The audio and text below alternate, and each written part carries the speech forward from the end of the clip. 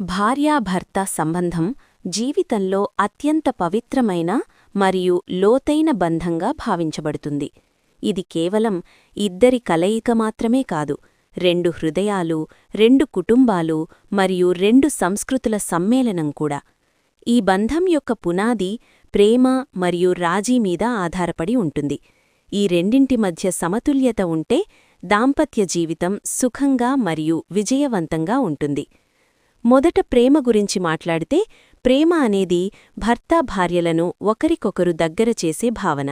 ఇది మాటలకే పరిమితం కాకుండా ప్రవర్తనలో, గౌరవంలో మరియు విశ్వాసంలో కూడా కనిపిస్తుంది. భర్త తన భార్య భావాలను అర్థం చేసుకుని, భార్య తన భర్త కలలను గౌరవించినప్పుడు వారి బంధం మరింత బలపడుతుంది. నిజమైన ప్రేమ కష్టకాలంలో కూడా కలిసి నిలబడే శక్తినిస్తుంది. ఇప్పుడు రాజీ గురించి చెప్పాలంటే, జీవితంలో ప్రతి వ్యక్తి ఆలోచనలు, స్వభావం మరియు అలవాట్లు భిన్నంగా ఉంటాయి. అందువల్ల విభేదాలు రావడం సహజం.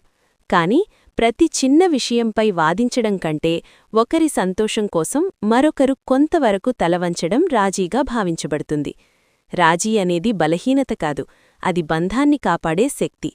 భర్త భార్య ఒకరి లోపాలను మరొకరు అంగీకరించినప్పుడు వారి బంధం మరింత దృఢంగా మారుతుంది. ప్రేమ మరియు రాజీ ఒకదానికొకటి పూరకాలు.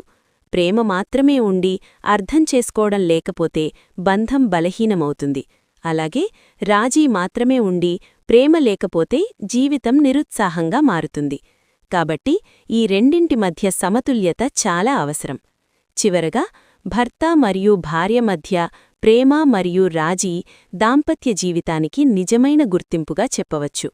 ఎక్కడ విశ్వాసం, గౌరవం మరియు సహకారం ఉంటాయో అక్కడ ఆనందం స్వయంగా వస్తుంది. విజయవంతమైన వివాహమంటే ఇద్దరూ సుఖదుఖాల్లో నిజమైన సహచరులుగా నిలబడే బంధం. హార్ట్.